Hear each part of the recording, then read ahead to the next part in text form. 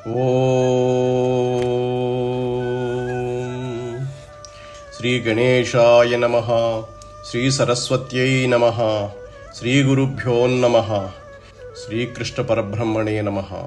బమ్మెర పోతనామాచ్య విరచిత శ్రీమద్ మహాభాగవతము అష్టమ స్కందములోని గజేంద్ర మోక్షణ కథ.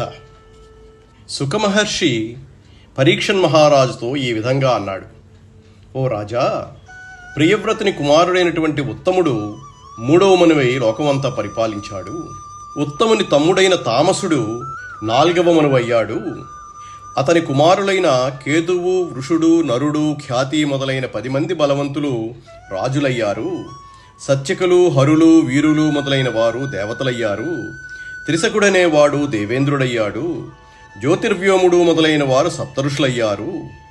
విష్ణువు హరిమేధునికి, హరిణికి హరి అనే నామంతో జన్మించాడు.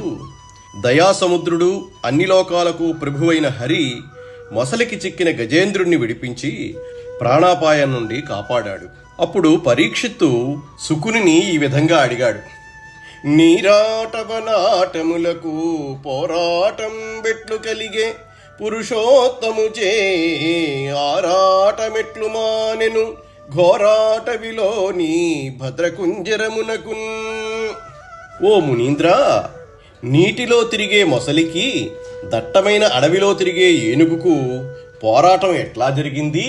ఆ పోరాటంలో పురుషోత్తముడైన శ్రీహరి ఆ గజేంద్రుడి ఆరాటాన్ని ఎలా పోగొట్టి కాపాడాడు? భాగవతాన్ని బహుళార్థ సాధక గ్రంథం అంటారు.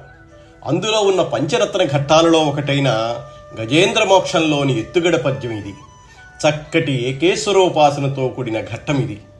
మంచి ప్రశ్న వేస్తే మంచి సమాధానం వస్తుంది. ఇంత మంచి ప్రశ్న పరీక్షిత్తు వేశాడు కనుకనే శుకుని నుండి గజేంద్ర మోక్షణం అనే సుధ జాలువారింది. ఇక్కడ పోతనగారి చమత్కారం ఎంతగానో ప్రకాశించింది. ఇందులో త్రిప్రాసం ఉంది: నీరాట, పోరాట, నారాట, ఘోరాట అని.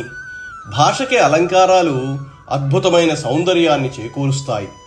2 లేక అంతకంటే ఎక్కువ అక్షరాలు ఉన్న పదాలు మరలా వస్తూ అర్థభేదం కలిగి ఉంటే దాన్ని యమకాలంకారం అంటారు. చేకానుప్రాసంలో పదాల మధ్య ఎడం ఉండాలి, కానీ యమకంలో ఎడం ఉండటము లేకపోవడం అనే భేదం లేదు. ఇక్కడ పోతనగారు ప్రయోగించిన యమకం అనే అలంకారం అమిత అందాన్నిచ్చింది. యమకానికి చక్కటి ఉదాహరణ ఇదే అని చెప్పొచ్చు. ఏనుగులు భద్రం, మందం, మృగం అని 3 రకాలుగా ఉంటాయి. వాటిలో భద్రగజాన్ని దైవ కార్యాదుల్లో వాడుతూ ఉంటారు. అట్టి కోటి భద్రగజాలకు రాజు మన కథానాయకుడు గజేంద్రుడు. అఖిల లోకేశ్వరుడు, దయాసాగరుడు అయిన శ్రీహరి మొసలి నోటికి చిక్కిన ఒక గజరాజుని ప్రాణభయం నుండి కాపాడి రక్షించాడు. ఈ పద్యంలో రహస్యార్థం ఏంటంటే, నీరు అనగా చిత్స్వరూపి అంటే బుద్ధి. చిత్స్వరూపము సర్వవ్యాపకుడు అయిన విష్ణువే ద్రవరూపం అంటే జలరూపం అయ్యి నిస్సంశయంగా గంగారూపం పొందుతున్నాడు. అట్టి బుద్ధి రూపమే సంకల్ప రూపం పొందుతుంది. సంకల్పం, మనస్సు ఒకటే, అది నీరాటము. సంకల్పం నుండి పుట్టేదే కామం.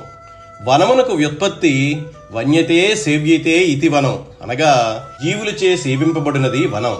అలా కామం వనాటం అంటే ఆత్మ యొక్క కళ అనే ప్రతిబింబం జీవుడు కదా.